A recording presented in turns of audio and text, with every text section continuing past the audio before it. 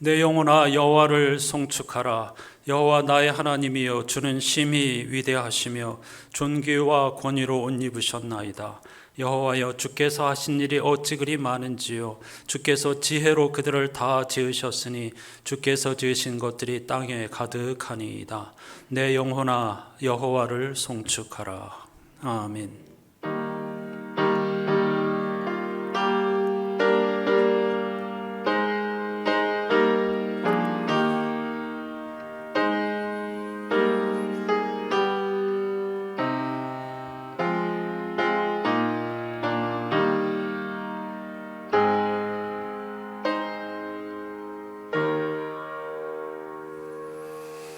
전능하신 하나님, 성서기자들은 하나님께서 엿새째가 아니라 일곱째 날에 창조를 완성하셨다고 선언하고 있습니다.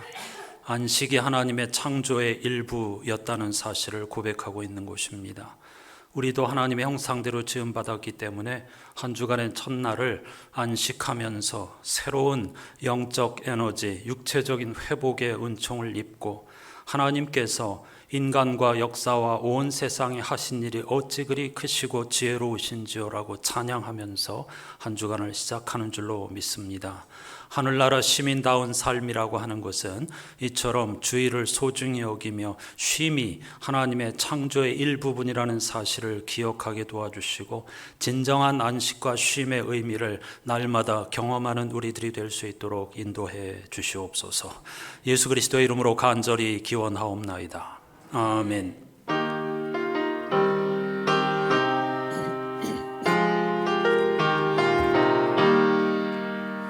하늘이 푸르고 드높이 맑은 날, 찬란한 아침이 열리며 밝았네.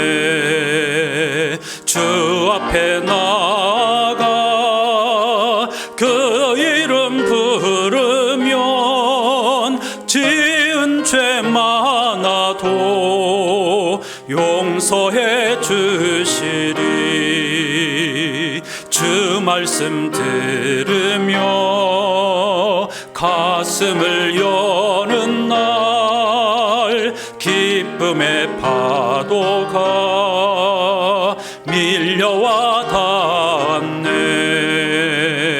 피곤한 몸과 마음 편안히 쉬는 날, 성전에 나와서 주 찬양하리라.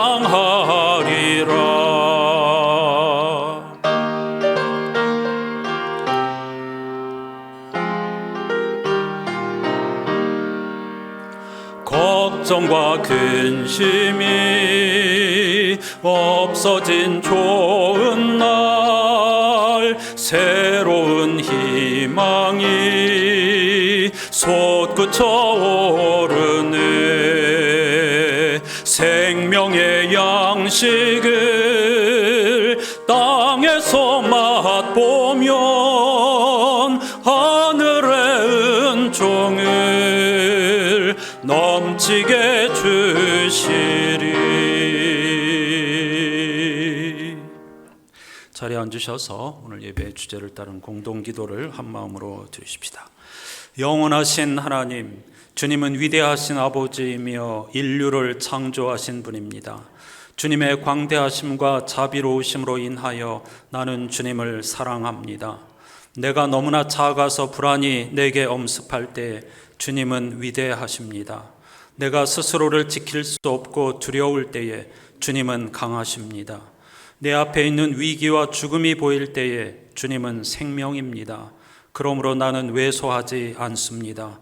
오히려 나는 주님의 자녀이며 하늘나라의 시민입니다. 자비로우신 하나님, 주님의 사랑을 찬양합니다. 이는 주님께서 나를 산산조각 낼 만큼 강하기 때문이 아닙니다. 오히려 나를 아름답고 자유롭게 만들 만큼 주님의 사랑이 위대하기 때문입니다. 아멘. 우리는 하나님의 형상대로 지음받은 피조물로서 엄청난 창조의 능력과 자유의지를 가지고 있습니다. 하지만 세상의 포로처럼 사로잡혀 살아가는 것은 아닌지 돌아보아야 하겠습니다. 오늘 본문 말씀도 그런 것인데요, 다 같이 우리의 자유의지와 창조의 능력을 실현하며 살 수 있도록 해달라고 침묵으로 기도하십시다.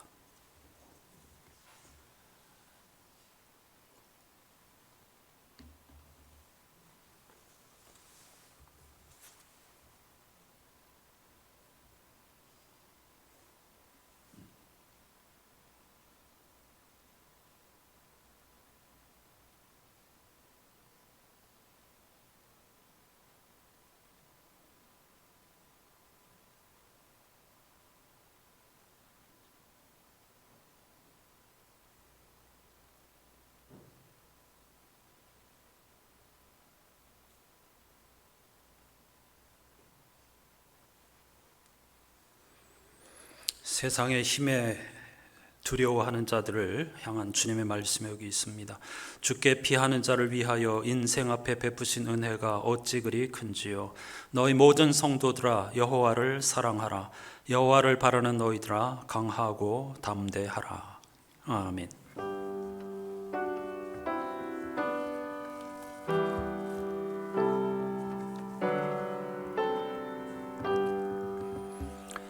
그리스도인들이 믿는 도리를 사도신경으로 함께 고백합니다.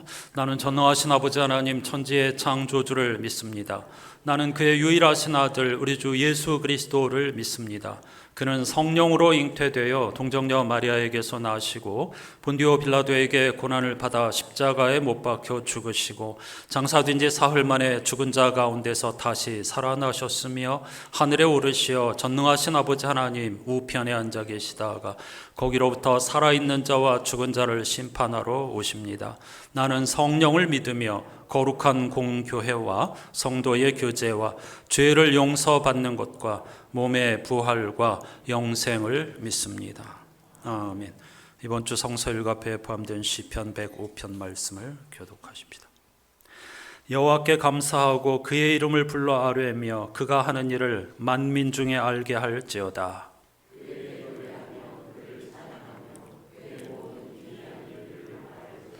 그의 거룩한 이름을 자랑하라. 여호와를 구하는 자들은 마음이 즐거울지로다.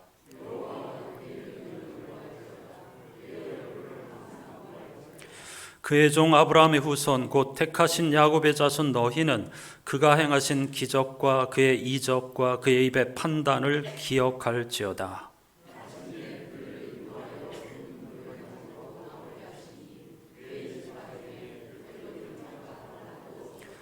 그들이 떠날 때에 애굽이 기뻐하였으니 그들이 그들을 두려워함이로다.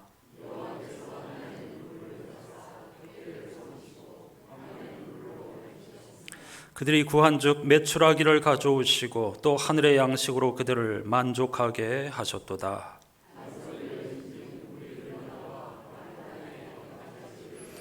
이는 그의 거룩한 말씀과 그의 종 아브라함을 기억하셨음이로다.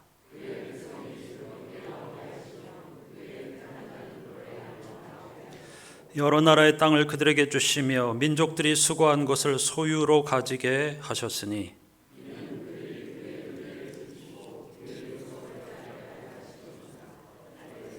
아멘. 우리에게 새 힘과 새 은혜를 주시는 하나님을 찬양합시다.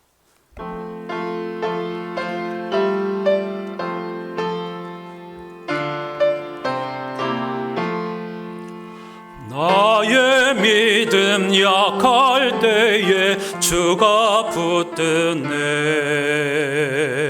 마귀 나를 베일 때에 주가 붙드네. 나를 붙드네. 나를 붙드네. 사랑하는 나의 주 나를 붙드네. 우리 구주 아니면 서지 못하네. 나의 사랑 식을 때에 주가 붙드네.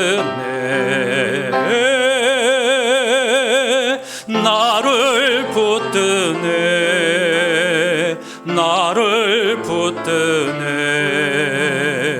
사랑하는 나의 주 나를 붙드네. 나를 귀히 보시고 항상 붙드네. 구원 얻은 사람을 항상 붙드네. 나를 붙드네. 나를 붙드네. 사랑하는 나의 주 나를 붙드네.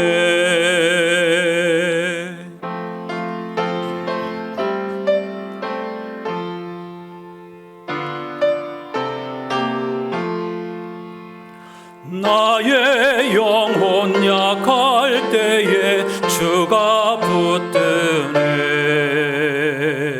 피를 흘려 샀으니 주가 붙드네. 나를 붙드네. 나를 붙드네.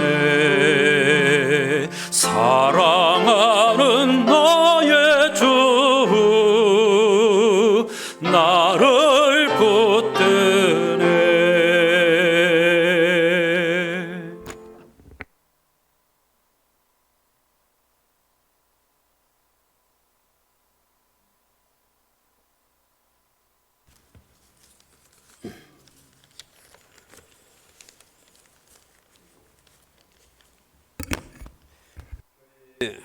머리가 되시는 주님, 거룩한 주일을 맞이하여 주님의 전에 나올 수 있도록 인도하여 주신 은혜를 감사를 드립니다. 세상에는 평화가 없고 슬픔과 고통이 만연되고 있사오나 오직 주의 은혜로 이 모든 어려움을 헤쳐나갈 수 있게 하여 주시니 감사를 드립니다. 삶에 지친 우리 사랑하는 성도님께 꼭 필요한 새 힘과 지혜와 용기를 더하여 주셔서 하나님을 향한 믿음과 소망과 사랑으로 충만케 하사 이 예배가 거룩한 산 제사가 되게 하여 주시옵소서.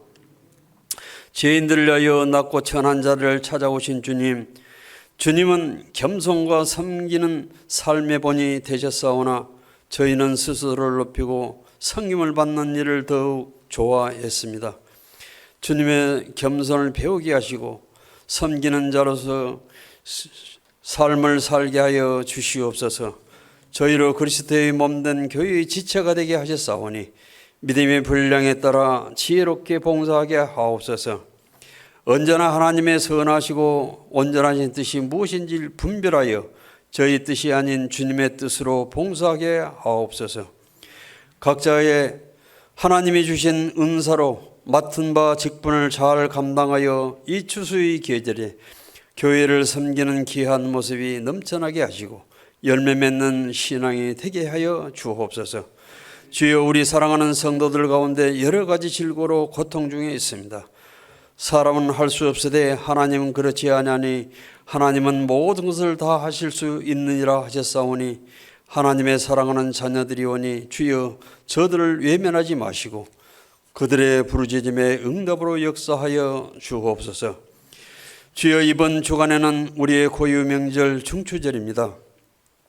가족과 고향을 향해 많은 인파가 대이동을 하게 될 줄 압니다. 저들의 안전을 지켜 주옵소서. 나라의 안팎이 너무나 어수선하고 어느 것 하나도 온전한 것이 없는 현실 속에서 모든 분들의 한숨만 내쉬는 암담함이 장래의 희망이 없다고 합니다. 그러나 주여, 우리 사랑하는 권석들 이럴 때일수록 깨어 기도하며 소망을 주께 두게 하시옵고 우리의 힘이 되시는 하나님께로 더욱 가까이 다가가는 계기가 되게 하여 주옵소서. 지치고 상처받은 영혼들을 치료하여 주셔서 주님이 주시는 새 힘으로 일어서게 하여 주옵소서. 특별히 우리 안산교회의 원로 장로인 고항철 장로인과 박영자 권사님, 정재윤 집사님, 차도환 집사님, 그리고 또 우리 안양림 권사님, 그리고 우리 이상철 집사님 기억하여 주셔서 치유의 강선을 내려 주시옵소서.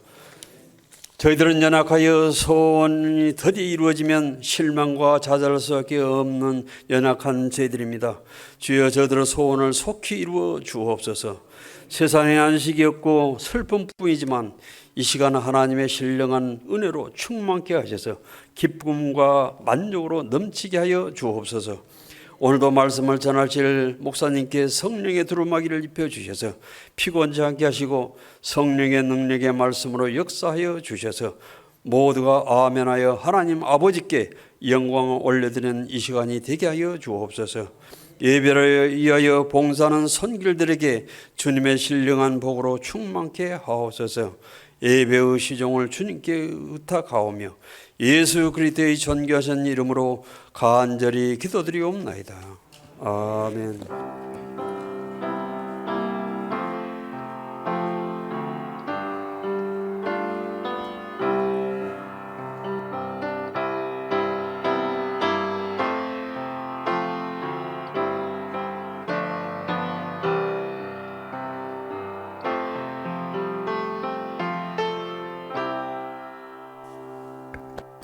모두 자리에서 일어나셔서 오늘 우리에게 주시는 하나님의 말씀을 경청하겠습니다.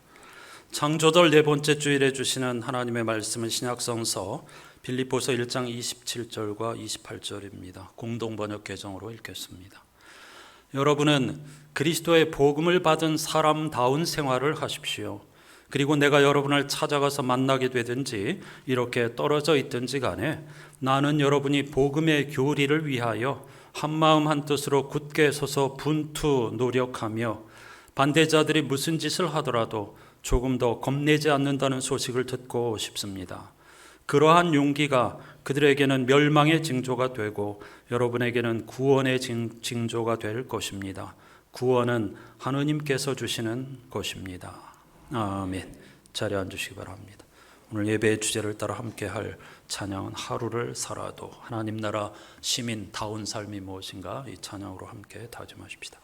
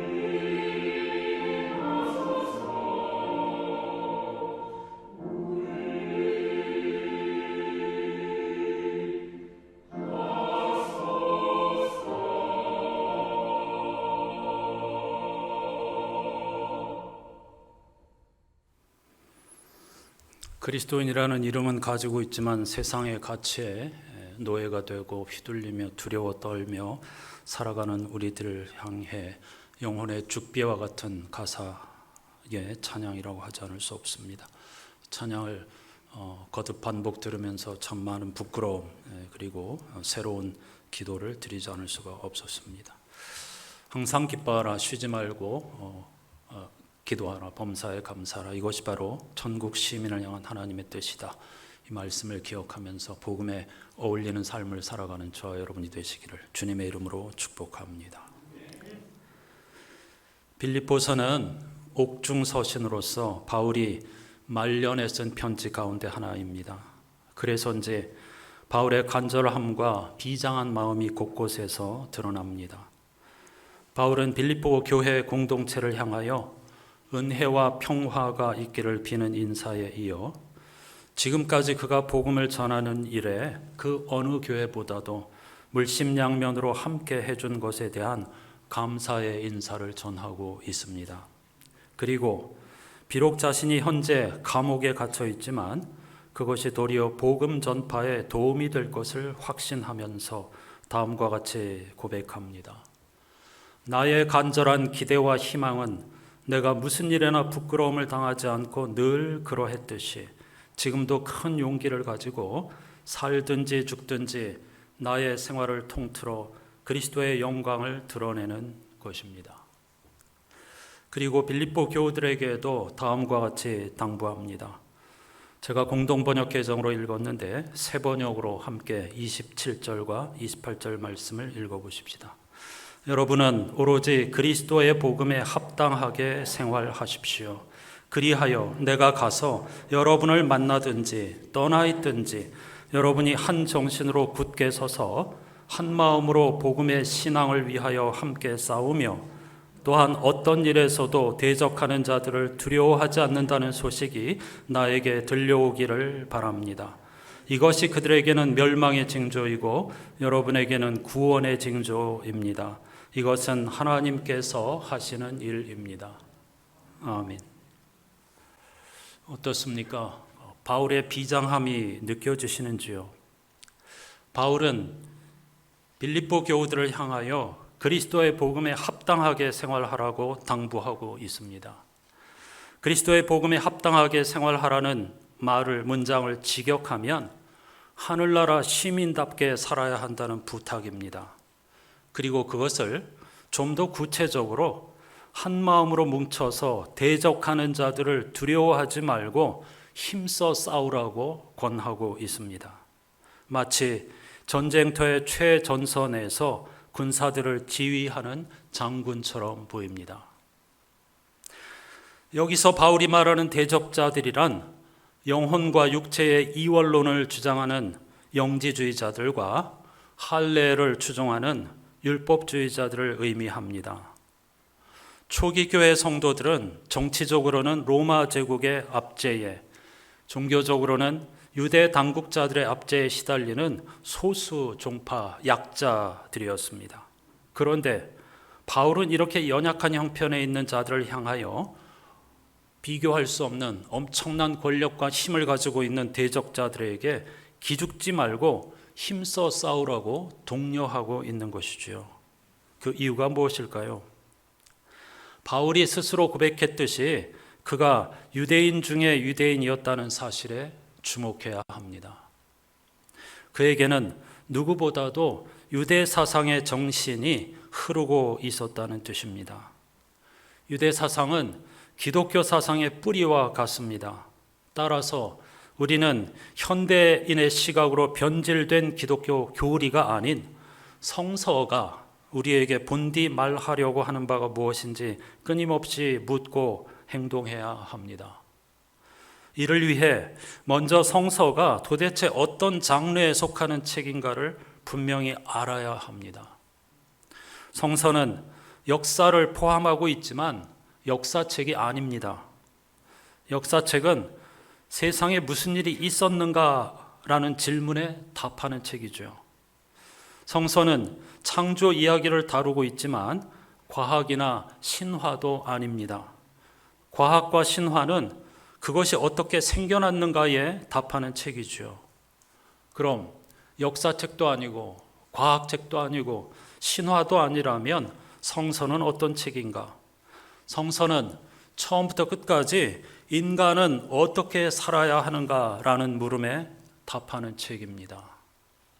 그렇다고 성서가 윤리와 도덕을 가르치는 책이라는 말은 아니니 오해 없으시기를 바랍니다. 좀 복잡하죠? 여기서 핵심은 우리가 하나님의 형상으로 지음을 받았다는 사실에 있습니다. 하나님은 당신의 형상을 만드는 것을 엄히 금하셨죠. 그 이유가 무엇이겠습니까? 나의 형상을 만들지 말라는 말은 나에게는 모양이 없다는 뜻입니다. 그러니까 성서가 말하는 하나님의 형상이란 인간의 눈, 코, 입과 같은 외모를 말하는 것이 아니라 하나님의 성품을 닮았다는 뜻입니다. 우리 인간이 하나님의 형상대로 지음을 받았다는 것은 하나님의 신성, 하나님의 성품으로 지음을 받았다는 뜻입니다. 그럼 하나님이 어떤 분인가를 알아야 하겠죠. 그래야 우리가 어떤 하나님의 성품을 닮았다는 것인가 하는 걸 알 수 있으니까 말이죠. 간단합니다. 하나님은 나는 스스로 있는 자라고 하셨습니다. 참 어려운 말입니다. 나는 나로 있을 것이다. 혹은 나는 내가 되려고 하는 내가 될 것이다. 이런 의미로 힘겹게 번역할 수가 있습니다. 모든 범주를 초월하는 자라는 선언입니다. 한마디로 창조자라는 것이죠. 따라서 인간이 하나님의 형상대로 지음을 받았다는 말은 창조의 능력과 자유의지를 가진 존재라는 뜻입니다. 이것이 성서의 인간 이해입니다. 근데 좀 이상하죠? 우리가 어릴 때부터 교회에서 들어온 말은 인간은 죄인이라는 겁니다. 이게 서로 어찌 보면 모순, 충돌하는 것처럼 보이기도 하죠. 그런데 성서에서 인간이 죄인이라고 하는 고백은 우리가 신이 아니라는 뜻입니다. 그걸 은유적으로 표현한 것입니다. 제한적인 존재, 언젠가 반드시 죽을 수밖에 없는 존재, 그러면서도 하늘, 즉 진리를 추구하는 존재, 그런 의미를 제한자 혹은 죄인 이렇게 표현하고 있는 것입니다. 이 죄인이라는 말을 잘못 오해하여서 우리에게 아주 죄성만 가득 충만히 차 있고 창조성과 스스로 뭔가를 결정하고 선택하고 행동하는 그런 능력이 없다고 생각하신다면 그건 성서를 잘못 읽는 것입니다. 이게 바로 변질된 기독교의 가르침 중에 아주 커다란 폐해입니다. 성서는 본디 인간을 자유의지를 가진 하나님 못지않은 창조의 능력을 가진 자로 하나님께서 창조하셨다. 이렇게 분명히 선언하고 있고 그것이 유대인의 인간 이해입니다. 그러니까 앞서 말씀드린 성서의 주제인 어떻게 살아야 하는가라는 질문은 윤리도덕적으로 바른 인간, 착한 인간 그런 의미가 아니고 창조와 자유의 능력을 활용하여 살아야 한다는 의미입니다. 인간이 얼마나 위대한 존재인지 하나님께서 내가 거룩하니 너희도 거룩해야 한다고 하신 말씀의 뜻이 바로 거기에 있습니다. 우리 안에는 엄청난 창조의 능력과 그리고 자유의지가 있습니다. 그런데 그 모든 것들을 다 한 달란트 받은 사람처럼 땅에 묻어버리고 모든 것을 하나님이 알아서 해주십시오. 이런 태도로 살아간다고 하는 것은 엄청난 착오입니다. 길을 잃어버린 것이죠. 모든 피조물 가운데에 오직 유일하게 하나님의 형상대로 지음받은 인간만이 자기 초월의 가능성을 가지고 있습니다. 그래서 시편 8편의 지혜자는 하나님께서 인간을 하나님보다 조금 못하게 지으셨다고 했고 도대체 사람이 무엇이길래 이와 같이 하나님께서 관심을 두고 계십니까? 라고 질문을 하였던 겁니다. 인간 안에 하나님께서 부여해 주신 신성과 엄청난 자유의지 이와 같은 것들을 깨닫고 그는 전율하여서 인간을 도대체 어찌 이렇게 위대한 존재로 만들어 주셨습니까? 라고 하나님을 찬양하였던 것이죠. 우리는 분명 한 줌의 티끌에 불과한 존재이지만 동시에 엄청난 창조력을 가진 존재입니다. 보통 인간을 호모 사피엔스라고 하죠. 지금은 정확한 용어로 호모 사피엔스라고 부르지만 말이죠. 이건 더 이제 과학적인 탐구가 발전했기 때문에 호모 사피엔스에서 한 단계 더 진화한 호모 사피엔스가 우리 인류의 조상이라고 하는 그런 그 논리입니다. 그런데 본디 호모 사피엔스라는 말은 땅의 티끌과 하나님의 호흡의 합성어입니다. 이 인간이 그렇게 독특한 존재이죠. 어떤 피조물과도 비교할 수 없는 독특한 존재입니다.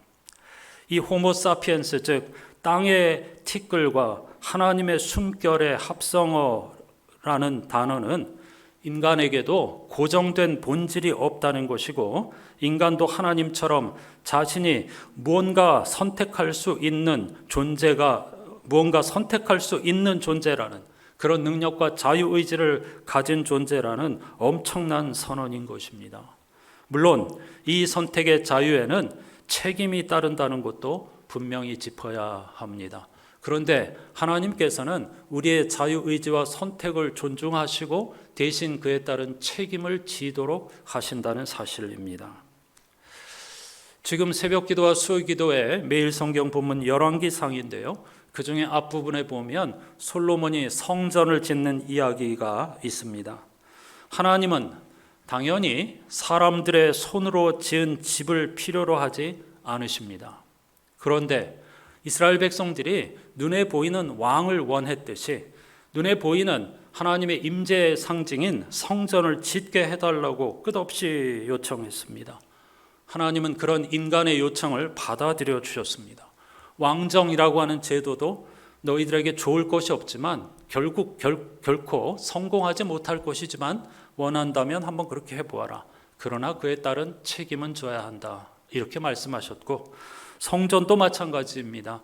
너희들이 그렇게 원한다면 해보아라. 그러나 만일 성전이 우상이 된다면 돌 하나도 돌 위에 남지 않게 될 거라는 경고의 말씀도 주셨습니다. 그리고 결국 그렇게 되었죠. 성전을 완공한 솔로몬도 이 사실을 잘 알고 있었습니다. 그래서 성전을 완공한 다음에 백성들 앞에서 이렇게 기도하였죠. 하나님께서 땅 위에 계시기를 우리가 어찌 바라겠습니까? 저 하늘 위의 하늘이라도 주님을 모시기에 부족할 터인데 제가 지은 이 성전이야 더 말하여 무엇하겠습니까? 하지만 하나님, 주님께서 밤낮으로 눈을 뜨시고 이 성전을 살펴주십시오. 이곳은 주님께서 내 이름이 거기에 있을 것이다 하고 약속하신 곳입니다. 주님의 종인 나와 주님의 백성 이스라엘이 이곳을 바라보며 기도할 때에 그 기도를 들어주십시오. 주님께서 계시는 곳 하늘에서 들으시고 들으시는 대로 용서해 주십시오. 라고 말이죠. 이상한 일이죠. 기껏 여기가 하나님의 집이라고 성전을 힘겹게 지어놓고 우리가 드리는 기도를 여기서 들으시는 것이 아니고 하늘에서 들으시고, 이 말을 솔로몬이 7차례나 성전 봉헌 기도를 하는 과정에 7차례나 동일하게 반복하고 있습니다. 하늘에서 들으시고, 공간적인 하늘을 말하는 게 아니죠. 초월적인 하나님께서 우리 인간과 하나님과의 시면, 그걸 은유적인 표현으로 하늘이라고 하는 것입니다. 즉 솔로몬도 잘 알고 있었고 이스라엘 백성들도 그걸 항상 잊지 말아야 했는데, 성전은 하나님이 계신 곳으로 생각해서는 안 되며 다만 상징적으로 하나님의 임재를 나타내는 장소, 즉 하나님의 눈이 그곳을 향하고 있는 상징적인 장소로 여겨야 한다는 것입니다. 하나님은 초월적인 분이시기에 또 육체가 아니시기에 결코 어딘가에 자리 잡을 수 없고 묶여 있거나 갇혀 있을 수 없다는 뜻입니다. 우리는 하나님의 뜻을 무척 알고 싶어 합니다. 매사에 하나님께서 이건 이거고 저건 저렇게 해라 이렇게 지시해 주시면 좋겠다고 생각하죠. 하지만 여러분, 하나님은 우리 개인의 선택을 존중하시는 분이십니다. 10월에 교우들 2가정의 자녀가 결혼을 앞두고 있습니다. 혹시 배우자를 찾는 우리의 자녀들이 하나님께서 아무개가 네 짝이다. 아무개와 결혼하거라. 이렇게 말씀하시기를 기대하면서 열심히 기도하고 하나님의 음성 듣기를 기다린다면 평생 홀로 살아야 할지도 모릅니다. 아마 그럴 가능성이 매우 많습니다. 하나님은 그렇게 지시해 주시는 분이 아닙니다. 하나님은 우리가 스스로 배우자를 선택하여 그 선택에 책임을 지고 서로 사랑을 완성하는 존재가 되기를 바라시는 분입니다. 하나님의 뜻을 확실하게 보여달라고 기다리다가는 아무것도 하지 못하면서 한평생을 낭비하게 될지도 모릅니다. 우리 안에 하나님의 창조성, 선택할 수 있는 자유의지가 있고 대신 그 선택에 대해서 하나님께서는 책임을 물으시는 분이라는 사실을 기억해야 하겠습니다. 사실 우리가 그 선택에 대한 책임이 두려워서 모든 것을 하나님께 미루고 있는지도 모릅니다. 그건 바른 신앙이 아니고 건강한 하나님과 우리들과의 관계가 아닙니다. 시편 지혜자가 말하는 것처럼 하나님께서 우리를 하나님보다 조금 못하게 지으시고 우리를 돌보아 주신다는 사실, 우리를 믿어주시고 우리의 선택과 의지를 존중해 주신다는 사실을 기억하면서 하늘나라 시민다운 어울리는 그런 삶을 살아가는 우리들이 되어야 할 줄로 믿습니다. 빌립보 교우들을 향한 바울의 이런 당부는 이런 인간 이해의 바탕을 두고 있는 것입니다. 비록 어렵지만 고난과 핍박이 있고 대적자들이 강력하지만 그런 환경의 노예가 되지 말고 두려움의 자녀가 되지 않으며 하늘나라 시민에 어울리는 삶을 살아갈 자유와 책임이 그리스도인인 우리에게 있다는 것이죠. 그러므로 복음에 어울리는 삶이란 무엇보다 나 자신이 하나님의 형상대로 지음을 받은 창조적 존재이며 자유의지를 지닌 거룩한 존재임을 기억하고 매사에 신중하게 선택하고 그 선택에 대한 책임을 지는 삶을 의미합니다. 이것이 성서의 인간 이해입니다. 천국 시민의 두 번째 원리는 제1독서가 우리에게 말씀하고 있습니다. 때는 이스라엘이 모세의 인도로 이집트 땅에서 나온 지 2달 보름이 되었으며 얼마 되지 않았다는 뜻이죠. 장소는 광야입니다. 그런데 당연한 일이죠. 광야에 무슨 먹을 것과 물이 풍부하겠습니까? 항상 부족할 수밖에 없죠. 먹을 것이 부족하자 이스라엘 백성들이 이집트에서 살 때가 더 좋았다면서 볼멘 소리를 해댑니다. 하나님께서 그들에게 이렇게 말씀하셨습니다. 같이 일독서 가운데 4절과 5절 말씀을 읽어보십시다. 주님께서 모세에게 말씀하셨다.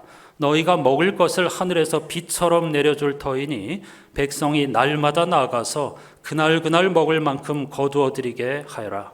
이렇게 하여 그들이 나의 지시를 따르는지 따르지 않는지 시험하여 보겠다. 매주 엿새날에는 거두어들인 것으로 먹거리를 준비하다 보면 날마다 거두던 것의 2배가 될 것이다. 아멘. 약간 신기한 이 장면인데요. 하나님은 이스라엘 백성들의 철없는 불평에 화를 내지 않습니다. 이유가 있겠죠. 왜냐하면 이들은 갓 이집트를 탈출하여 하나님께서 구원내신 백성이고 그렇게 하신 목적을 달성하기 위하여 이제부터 그들을 오합지졸과 같은 그들을 하나님 나라의 백성으로 다듬어 가실 계획이었기 때문입니다. 철부지입니다. 지금 화를 낼 타임이 아닙니다. 나중에는 화를 내십니다. 나중에는 분노하십니다. 그만큼 가르치고 길렀기 때문이죠. 그러나 지금은 막 출발하는 어린 아이와 같은 상태이기 때문에 화를 내지 않습니다. 여기 시험하겠다 하는 표현이 있었죠. 나의 지시를 따르는지 따르지 않는지 시험하여 보겠다 할 때 이 시험이라고 하는 것은 훈련하겠다는 뜻입니다. 직역하면은요. 이제부터 정말 얘들이 나의 백성으로 나를 주인으로 모시고 살 수 있는 것인지 철저히 훈련하겠다. 그런 뜻입니다. 하나님의 백성답게 살도록 광야 40년 동안 지금부터 시작하여서 훈련하겠다는 것이죠. 먹을 것, 즉 만나를 비 오듯 하늘에서 내려주시겠다고 약속했습니다. 그런데 여기에 두 가지 조건이 있습니다. 하나는 그날 먹을 만큼만 거두라는 것이고, 둘째는 엿새 날에는 2배를 거두어 안식일을 지켜야 한다는 것입니다. 제1독서 오늘 본문에 이어져 나오는 그 16장 마지막 부분에 보면 안식일 계명에 관하여서 구체적으로 그날은 나가서 거두려고 해도 만나를 만나지 못하게 될 것이다, 이런 말씀이 이어지는 것을 볼 수가 있습니다. 그날 먹을 만큼만 거두라는 것은 하늘나라 시민다운 삶이란 일용할 양식을 하나님께 의지하는 존재라는 뜻입니다. 안식일은 거두지 말고 엿새날 2배를 거두어서 안식일을 지키라고 하는 것은 오늘날로 말하면 하늘나라 시민이란 주일의 의미, 즉 안식과 쉼의 의미를 놓치지 않고 살아야 한다는 것을 의미합니다. 이게 천국 백성의 두 번째 원리입니다. 매일매일의 삶이 하나님의 공급하심에 달려있다는 것을 인정하고 철저하게 신뢰하는 사람. 그런데 그 매일의 삶 가운데에 안식이라는 것이 하나님의 창조의 한 부분으로서 반드시 우리에게 필요하다는 고백 말이죠. 하지만 현대인들은 쉬는 것을 달가워하지 않습니다. 심지어 자본주의 사회에서는 쉬는 것을 죄악으로 여기는 경우도 있죠. 모세오경을 처음, 히브리어로 쓰여진 모세오경을 처음 다른 언어로 번역한 때는 기원전 2세기경이었습니다. 당시 공용어는 그리스어였습니다. 헬라어죠. 그리고 이 랍비들이 히브리어로 기록된 성서를 헬라어로 번역한 것은 공용어이기도 했지만 흩어져 살아가는 유대인들, 즉 디아스포라들을 위한 것이었습니다. 그들이 그리스어를 사용하고 있었기 때문에 하나님 나라의 복음, 진리를 전하기 위해서 최초로 기원전 2세기에 히브리어로 쓰여진 모세오경을 그리스어로, 물론 구약 전체를 다 그렇게 했죠, 번역했다는 것입니다. 히브리 성서의 그리스어 번역본을 70인역이라고 부르는데 그건 70명의 번역자들이 협력하여 번역을 하였기 때문입니다. 그런데 문제는 이 70명의 번역자들이 때로 히브리 성서 기자들의 그 본문과 다르게 의도적으로 다른 번역을 했습니다. 몇 군데. 대표적으로 창세기 2장 2절에 보면 히브리 성서에는 하나님께서 7일째에 창조를 완성하셨다, 이렇게 분명히 기록되어 있습니다. 우리가 아는 대로이죠. 그런데 이 그리스어 번역본을 번역한 학자들은 엿새 날에 하나님께서 창조를 마치셨다, 이렇게 의도적으로 번역을 했습니다. 그리고 우리말 성서 세번역도 이 70인역을 따라서 개역개정에는 이렛날에 맞추었다고 되어 있지만은 세번역에는 엿새 날에 하나님이 창조를 마치셨다고 번역을 하고 있습니다. 왜 이 번역자들이 그리스어로 성서를 번역할 때에 이렛날이라고 되어 있는 것을 엿새라고 의도적으로 전혀 다른 번역을 하였는가? 그것은 당시 그리스 사람들이 쉬는 것을 창조의 일부로 이해할 수 없었기 때문입니다.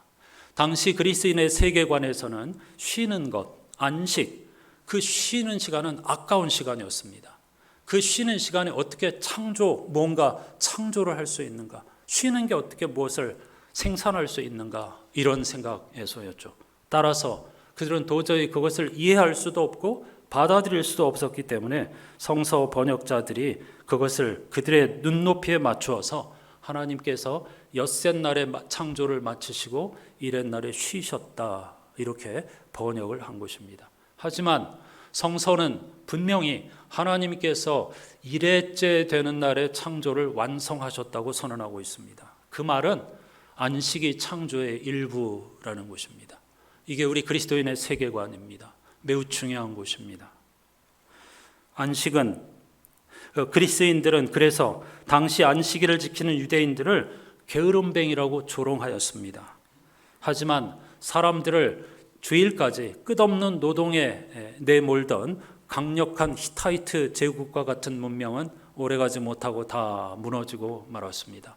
반면에 안식일을 생명처럼 여기던 유대인들은 얼마나 끈질기게 살아남아 세계의 역사와 학문과 모든 것을 주도하고 있는지 하는 것을 우리는 잘 알고 있습니다. 그래서 심지어는 유대인이 안식일을 지킨 것이 아니라 안식일이 유대인을 지켰다는 랍비의 유명한 선언도 있죠.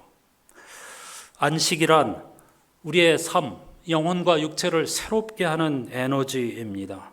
따라서 오늘날 주일날 우리는 창조주 하나님을 기억하면서 그분이 하신 일과 구원의 은총과 그분의 지혜와 그분의 솜씨를 찬양하면서 동시에 쉬면서 하나님의 숨결과 솜씨를 호흡함으로써 영육 간에 새 힘을 얻는 날로 삼아야 하는 것입니다. 지금 우리가 예배를 드리고 있는 이유도 거기에 있는 것이죠. 그런데 깊이 생각해 보아야 할 것은 한국 교회의 주일날 너무나 짐이 무겁습니다. 예배가 너무 많습니다. 이걸 깊이 생각해 보아야 합니다. 무조건 주일날 많은 횟수의 예배를 드리는 것이 성서적인가? 옳은 것인가? 저는 그렇게 생각하지 않습니다. 무거운 짐이 한국교회 교우들에게 지워져 있습니다. 주일날 정말 정성스러운 마음으로 예배하고 쉬셔야 합니다. 자연에 눈길을 주고 하나님의 창조의 솜씨와 가족의 소중함과 그리고 피곤한 한 주간에 지친 내 영혼과 육체를 재충전하는 기회로 시간을 사용하셔야 합니다. 그런데 한국교회에서는 교우들을 주일날 너무 많이 붙잡아 두려고 합니다. 저는 이것이 비성서적이라고 생각합니다. 옳지 않다고 생각합니다. 정말 영과 진리로 정성껏 주일 예배 드리고 남은 시간은 쉬시기 바랍니다. 자연으로 나가시고 가족들과 또는 이웃들과 함께 하면서 좋은 음식을 드시고 재충전하시고 한 주간의 삶에 대해서 고민하시고 나에게 주어진 창조성과 자유의지와 같은 것들을 회복하는 그런 한 주간을 삼는 것이 하늘나라 시민의 삶의 원리라는 사실을 여러분들께 권면해 드리고 싶습니다. 세 번째, 천국 시민의 합당한 삶은 복음서 본문에 있습니다. 이해하기 어려운 유명한 비유입니다. 포도원 주인의 비유이죠. 여러분이 잘 아시는 내용입니다. 그 내용 가운데 결론 부분만 같이 읽어보겠습니다. 마태복음 20장 13절에서 16절까지인데요. 같이 화면을 보고 읽으시죠. 그러자 주인이 그들 가운데 한 사람에게 말하기를 이보시오 나는 당신을 부당하게 대한 것이 아니요 당신은 나와 한 데나리온으로 합의하지 않았소. 당신의 품삯이나 받아가지고 돌아가시오. 당신에게 주는 것과 똑같이 이 마지막 사람에게 주는 것이 내 뜻이오. 내 것을 가지고 내 뜻대로 할 수 없다는 말이요 내가 후하기 때문에 그것이 당신 눈에 거슬리오 하였다. 이와 같이 꼴찌들이 첫째가 되고 첫째들이 꼴찌가 될 것이다. 아멘. 이 비유의 결론, 하늘나라에서는 꼴찌가 첫째가 되고 첫째가 꼴찌가 된다. 무슨 말입니까? 우리의 사고방식과 생각을 완전히 뒤집어 엎어야 된다는 뜻입니다. 하늘나라 시민답게 살려면 말이죠. 그런데 우리는 이 세상의 가치에 나도 모르게 완전히 사로잡혀서 살아갑니다. 성서도 그렇게 읽고 우리가 만나는 일도 세상 가치로 판단합니다. 그 하나님께서 내가 거룩하니 너희도 구별돼야 된다고 했는데 전혀 그런 구별을 찾아보기가 어렵습니다. 사실 이 비유 1시간 일한 사람과 10시간 일한 사람에게 똑같이 약속한 한 데나리온의 일당을 주셨다는 이 비유는 세상의 논리로는 도저히 이해할 수 없죠. 그렇죠? 그러면 망합니다. 공산주의가 왜 실패했습니까? 이런 정신을 구현해 보려다가 실패한 겁니다. 현실에서는 불가능한 이야기입니다. 그런데 왜 성서 기자가 굳이 이런 비유를 우리에게 들려줍니까? 이 비유는 지난 주일날 복음서 본문이었던 10,000달란트 탕감받은 자와 100데나리온 빚진 자의 비유와 똑같은 이야기를 하고 있습니다. 그것도 오늘 이 비유도 천국, 하늘나라에 관한 비유이죠. 하늘나라 시민에 어울리는 삶은 내가 받은 은혜가 자꾸 다른 사람 것 기웃거리거나 비교하거나 그러지 말고 내가 받은 이 우주적인 은혜가 얼마나 놀라운 것인가에 집중하며 살아가라는 것입니다. 정용선 목사님이 매주 저에게 그 토요일 날 저녁에 주일 설교 원고를 사용하라고 보내주신다는 이야기를 이미 여러 차례 말씀드렸습니다. 그 원고를 제가 주일날 이른 아침에 항상 읽는데요. 한 대목만 인용하겠습니다. 내가 선함으로 네가 악하게 보느냐라는 말은 당시 포도원 노동자들만이 아니라 우리 모두를 향한 것입니다. 당신 마음에 들지 않는다고 해서, 당신의 이익과 충돌한다고 해서 하나님의 공의와 정의를 불편하게 생각합니까? 당신이 사랑을 독차지하지 못한다고 해서 그렇게 속상합니까? 당신만 특별 대우를 받지 못한다는 사실이 그렇게 억울합니까? 다른 종교를 믿는 사람들도 구원받을 수 있다는 사실이 그렇게 못마땅합니까? 하나님의 사랑이 이슬람 교도들에게도 임한다는 사실이 그렇게 불편합니까? 북한에서 사는 우리 동족들도 모두 우리처럼 웃고 울고 기뻐하고 슬퍼하며 사랑하고 미워하면서 사람의 얼굴을 하고 산다는 사실을 부정하고 싶은가요? 일부 사람들을 마녀로 몰아야만 속이 시원합니까? 하나님의 선하심이 무엇인지 알지 못하기에 이런 원망과 불평이 반복되는 게 아닐까요? 예수께서 선포하신 하늘나라를 이해하려면 하나님의 선하심을 볼 수 있어야 합니다. 촌철살인과 같은 설교입니다. 여러분, 성서는 인간의 자유에 대한 지속적인 탐구이며, 여기서 말하는 자유는 하나님이 인간에게 주신 가장 위대한 선물이자 가장 운명적인 선물입니다. 위대하며 동시에 운명적인 자유란 잘 사용하지 않으면 남용되기 때문이죠. 왕정제도와 성전제도의 말로에서 볼 수 있듯이 말입니다. 우리에게 주어진 자유는 가장 높은 곳으로 오르게 할 수도 있습니다. 환희를, 빛을 볼 수 있게 하죠. 그런데 가장 낮은 곳으로 내려가게 할 수도 있습니다. 지옥을 경험할 수도 있는 거죠. 사랑 혹은 증오, 연민 혹은 잔인함, 은혜로움 혹은 폭력으로 말이죠. 성서의 모든 이야기는 인간에게 주신 자유에서부터 출발합니다. 에덴 동산의 이야기가 바로 그것이죠. 아주 중요한 핵심이 거기에 있습니다. 그러므로 성서 기자들은 한편으로는 인류를 자유와 창조성으로 부르시는 하나님의 최고의 부르심으로 우리를 초대하며, 동시에 창조 사역에서 하나님의 동역자가 되라는 책임과 절제로 부르시는 하나님의 최고의 부르심으로 우리를 초대하는 책입니다. 자유와 창조성과 그에 따른 책임, 이것을 의식하면서 이 세상의 사고방식에 두려워하고 대적자들에게 겁먹지 않고 한마음 한뜻 되어서 하나님 나라의 가치를 구현하는 저와 여러분이 되시기를 주님의 이름으로 축복합니다. 결단의 찬송 393장은 신실하신 창조주 하나님께서 날마다 우리에게 자비를 베풀어 주시며 일용할 모든 것을 내려주신다, 이렇게 고백하고 있습니다. 이걸 믿으면서 우리에게 주신 자유와 창조적인 능력을 행하며 책임지는 것이 우리의 삶이라는 걸 다시 생각하면서 함께 찬양으로 나아가십시다.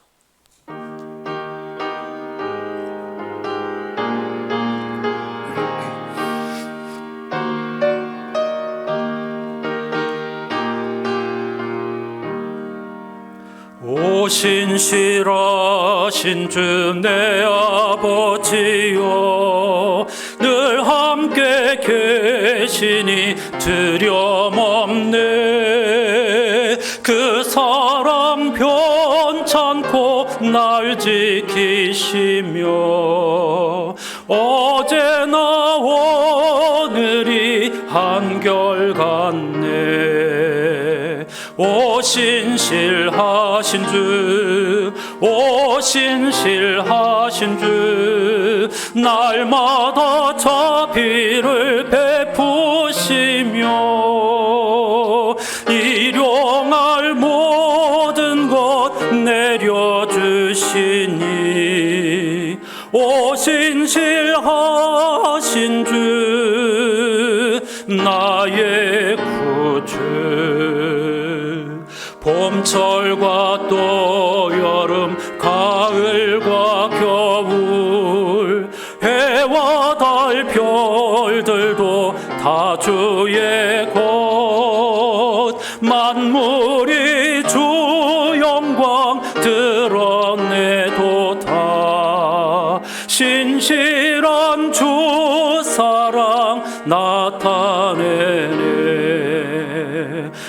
신실하신 주, 오 신실하신 주, 날마다 자비를 베푸시며 일용할 모든 것 내려주시니, 오 신실하신 주, 나의 구주.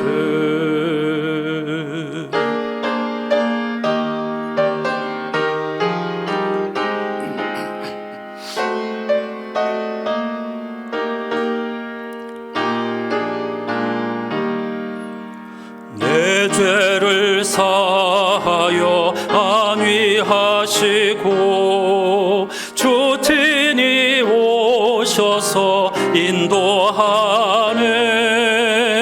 오늘의 힘되고 내일의 소망, 주만이 만복을 내리시네.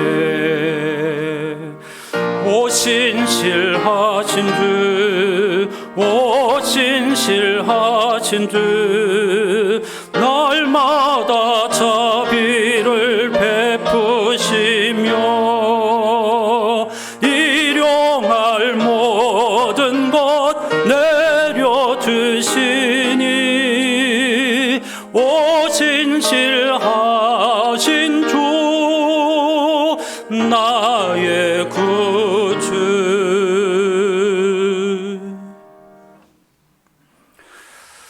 같이 기도하실 때 하나님께서 우리에게 주신 창조성과 자유의지를 훼손하지 않으면서 책임의식을 감당하여 하나님의 동역자로서의 구별된 삶을 잘 살게 해주십시오. 매력적인 삶으로 향기를 바라며 이웃들에게 복이 되게 해주십시오.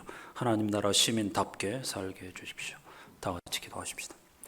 하나님 아버지 감사합니다. 벌써 9월의 마지막 주일입니다. 창조절을 보내면서 하나님이 창조주이시라는 사실, 스스로 있는 자라고 말씀하신 그 하나님께서 우리를 그 속성대로 창조해 주셨다는 사실, 그러므로 시편 8편 지혜자의 고백처럼 우리 인간, 흙 티끌에 불과한 우리들에게 하나님의 숨결, 생명력을 허락하여 주시고 하나님보다 조금 못한 존재로 살게 하여 주셨다는 사실에 신비의 눈을 뜨게 해 주시옵소서. 이렇게 엄청난 지혜와 능력과 하나님의 창조성을 우리에게 허락하여 주셨는데 늘 구석에서 죄인이라고 울부짖으면서 모든 선택을 하나님께 미루면서 하나님이 결정해 달라고 어린아이처럼 떼를 쓰는 그러한 모습으로 산다면 그건 하늘나라 시민에 어울리는 삶이 아닐 것입니다. 우리가 하늘나라 시민이라고 하는 건 하나님의 형상대로 지음받은 신적 존재라는 사실을 잊지 않게 해주옵소서. 우리는 거룩한 갈망과 그리고 흙에서 온 존재, 죽을 수밖에 없는 존재라고 하는 이 둘 사이에 서 있습니다. 그런 우리들을 하나님께서 귀하게 여기시고 우리가 원하는 것을 들어주시고 다만 그에 따른 책임을 지게 하시며 그것을 교훈 삼아서 더 나은 삶으로 나아가게 하신다는 사실을 알게 하여 주시옵소서. 혹 지금까지라도 하나님의 뜻 운운하면서 모든 것을 하나님께 미루고 게으름 부려왔다면 이제는 자유의지를 가지고 창조성을 부여받은 존재로서 우리의 인생을 헤쳐나가고 세상의 거친 파도의 노예가 되지 않고 사도 바울의 당부대로 싸우는 우리들이 되게 하여 주시고 저항하는 그리스도인이 되게 해 주옵소서. 그러면서 그 선택에 대한 책임을 잘 짐으로써 후회하거나 하나님께 핑계되지 않고 자기 자신의 책임을 잘 짐으로써 향기롭고 매력적인 삶을 살아 하나님의 좋으심과 선하심과 진리를 드러내는 성도의 삶을 살아가는 우리 안산의 교우들이 될 수 있도록 인도해 주시옵소서.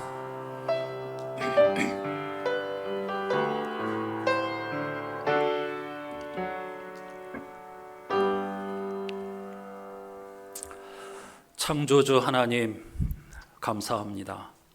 또 한 번의 창조절을 보내면서 하나님이 창조주이시라는 사실, 스스로 있는 자라는 사실, 그리고 하나님께서 그 창조의 성품, 신적 속성을 따라 우리를 지어주셨다는 사실, 이 사실에만 눈을 떠도 우리의 인생은 완전히 새로워지게 될 줄로 믿습니다. 예수께서 가르쳐주신 비유가 바로 전복을 꾀하라는 것입니다. 세상의 가치관, 우리의 생각, 우리의 통념, 경험 이런 것들을 저 뿌리에서부터 완전히 갈아엎지 않으면 하나님의 나라에 대해서 조금도 이해할 수 없고 그 능력을 맛보지 못하게 된다는 것입니다. 어린아이와 같이 하나님께 모든 것을 미루면서 핑계대고 하나님이 일일이 음성으로 들려주시기를 바라면서 머뭇거리고 있는 인생은 아닌지 돌아보게 하여 주시고, 매사에 하나님께서 우리의 선택을 존중하신다는 사실을 알게 하여 주시고, 다만 그 선택에 따른 책임을 회피하지 않고 그러한 선택의 결과에 따른 학습, 교훈, 훈련을 토대로 하여서 보다 더 하나님 성품에 어울리는, 형상에 어울리는 삶을 살아가는 우리 안산의 교우들 한 분 한 분 다 되게 해 주시옵소서. 우리는 하늘나라의 시민입니다. 사도 바울은 오늘 시민, 하나님 나라 시민다운 삶을 살라고 우리에게 역사하고 있습니다. 대적자들에게 겁먹지 말고 한마음 한뜻으로 맞서 싸우고 안식을 창조의 한 부분으로 여기며 충분히 주의를 향유하고, 그리고 하나님께서 우리에게 주신 은혜의 깊이와 넓이에 집중하면서 다른 사람과 비교하거나 그리고 원망 불평하는 삶이 아닌 천국 백성의 삶을 살아가는 당부, 안산의 교우들의 삶의 원리가 되게 해 주시옵소서. 예수 그리스도의 이름으로 간절히 기도하옵나이다. 아멘.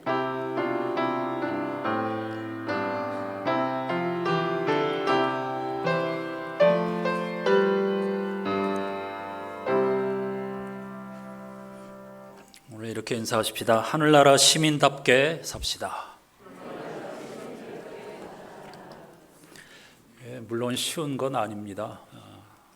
저도 두렵습니다. 그러나 하나님께서 우리와 함께 하신다는 사실을 기억하시고 힘을 내서 오늘 사도 바울의 권고의 말씀대로 그런 삶을, 우리 혼자라면 살기 어렵습니다. 그런데 우리가 한마음 한뜻이 되면 훨씬 더 수월하게 할 수 있습니다. 짐을 같이 나누어 지고 하나님 나라를 구현해가는 우리 안산의 공동체가 될 수 있기를 다시 한번 주님의 이름으로 축복합니다. 창조절, 하나님이 창조주이시라는 것이 도대체 뭔가 여기에 집중하면서 예배를 드리고 있는데, 매주 새로운 깨달음과 은총을 사모하시는 여러분 되시기 바라고, 명절이 끼어 있지만은 성서 7회의 말씀과 또 다락방의 기도의 제목, 또 매일 성서 본문을 따라가면서 영혼의 호흡을 게을리하지 않는 우리들이 되어야 할 줄로 믿습니다. 예배 후에 정기 당회로 잠시 모이겠고요. 추석 명절 연휴 동안 새벽 기도는 모이지 않습니다. 빨간 날로 표시된 날들은 새벽에 모이지 않는다는 사실을 기억하시고, 그러나 수요 기도회는 그대로 모이고 메시지 성서 필사 혹은 따라 읽는 것은 계속 된다는 사실을 기억해 주시기를 바랍니다. 오늘 장로님께서도 간절하게 이름 부르면서 기도해 주셨지만은 환우들을 위해서 간절한 마음으로 기도해 주시고, 이 명절에 소외된 분들을 어떻게 하면 돌보고 사랑을 나눌 수 있을까 생각하면서 따뜻하게 보내실 수 있는 우리가 되어야 할 줄로 믿습니다. 다 같이 자리에 일어나셔 찬송하십시다.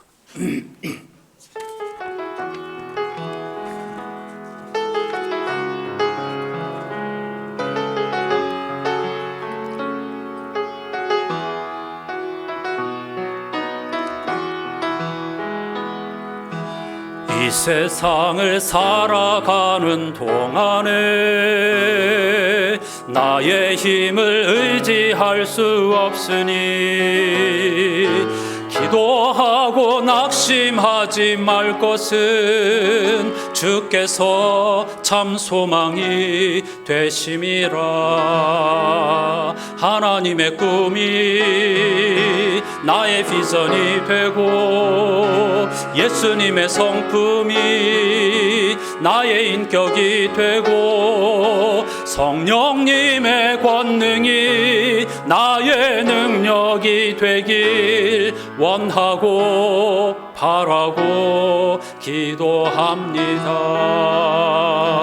주의 길을 걸어가는 동안에 세상의 것 의지할 수 없으니 감사하고 낙심하지 말 것은 주께서 참 기쁨이 되심이라. 마음껏 축복하며 하나님의 꿈이 나의 비전이 되고 예수님의 성품이 나의 인격이 되고 성령님의 권능이 나의 능력이 되길 원하고 바라고 기도합니다.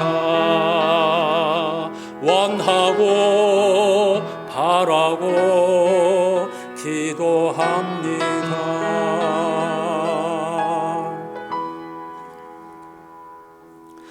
그때까지 그리스도의 메시지에 어울리는 명예로운 삶을 사십시오. 한 비전을 품고 한 마음으로 굳게 서서 사람들이 복된 소식을 신뢰하도록 분투하십시오. 아멘. 우리 구주 예수 그리스도의 은혜와 하나님 아버지의 사랑과 성령님의 탄식과 교제가 비록 티끌에서 온 존재이지만 여기에 하나님의 호흡이 더해져서 하나님 못지않은 창조의 능력과 자유의지로 하나님의 창조의 완성에 대한 책임을 부여받은 존재가 바로 나 자신이며 그리스도인이라는 사실, 기독교 교회 공동체라는 사실을 한순간도 잊지 않고 이 사명을 감당하며 책임을 회피하지 않으며 하나님께 영광을 돌려드리는 행복자로서 살기로 다짐하는 모든 예배자들의 삶의 자리에 영원히 함께해 주시옵기를 간절히 축원하옵나이다.